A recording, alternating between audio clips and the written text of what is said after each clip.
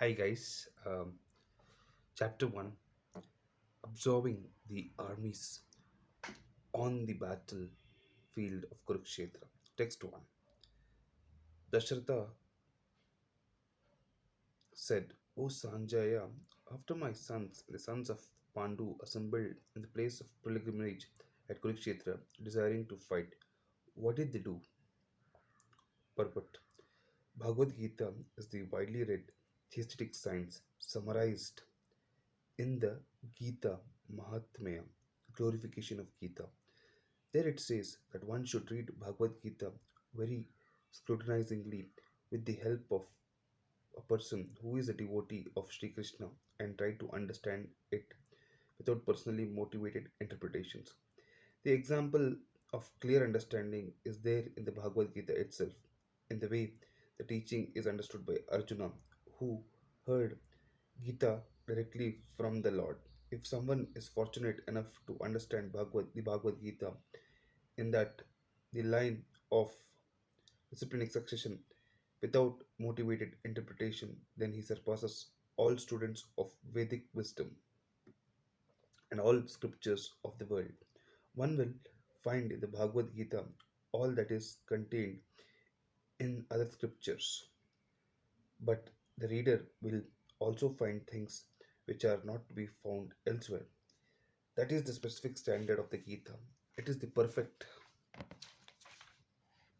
theistic science because it is directly spoken by the Supreme Personality of Godhead, Lord Shri Krishna. The topics discussed by Dasharatha and Sanjaya as described in Mahabharata from the basic principle of this great philosophy. It is understood that this philosophy evolved on the battlefield of Kurukshetra, which is a sacred place of pilgrimage from the immemorial time of the Vedic age. It is spoken by the Lord when he was present personally on this planet for the guidance of mankind.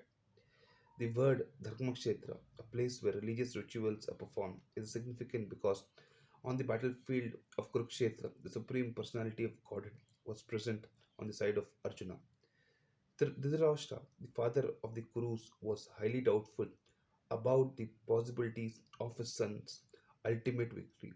In his doubt, he inquired from his secretary Sanjaya, what did they do?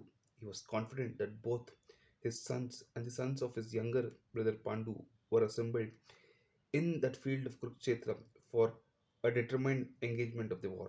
Still, his inquiry is significant. He did not want a compromise between the cousins and brothers, and he wanted to be sure of the fate of his sons on the battlefield. Because the battle was arranged to be fought at Kurukshetra, which is mentioned elsewhere in the Vedas as a place of worship even for the denizens of heaven, Dhritarashtra became very fearful about the influence of the holy place on the outcome of the battle. He knew very well that this would influence Arjuna and the sons of Pandu favorably because by nature they were all virtuous. Sanjaya was a student of Vyasa, and therefore, by the mercy of Vyasa, Sanjaya was able to envision the battle of Kurukshetra even while he was in the room of Dhritarashtra. And so Dhritarashtra asked him about the situation on the battlefield. Both the Pandavas and the sons of Dhritarashtra belong to the same family, but Dhritarashtra's mind is disclosed here. He deliberately claimed only his sons as Kurus and he separated the sons of Pandu from the family heritage. One can thus understand the specific position of Dhritarashtra in his relationship with his nephews, the sons of Pandu. As in the paddy field, the unnecessary plants are taken out, so it is expected from the very beginning of these topics that in the religious field of Kurukshetra, where the father of the religion, Sri Krishna, was present, the unwanted plants of Dhritarashtra's son Duryodhana and others would be wiped out, and the thoroughly religious persons headed by Yudhishthira would be established by the Lord. This is the significance of the words Dharmakshetra and Kurukshetra apart from their historical and Vedic importance. Thank you.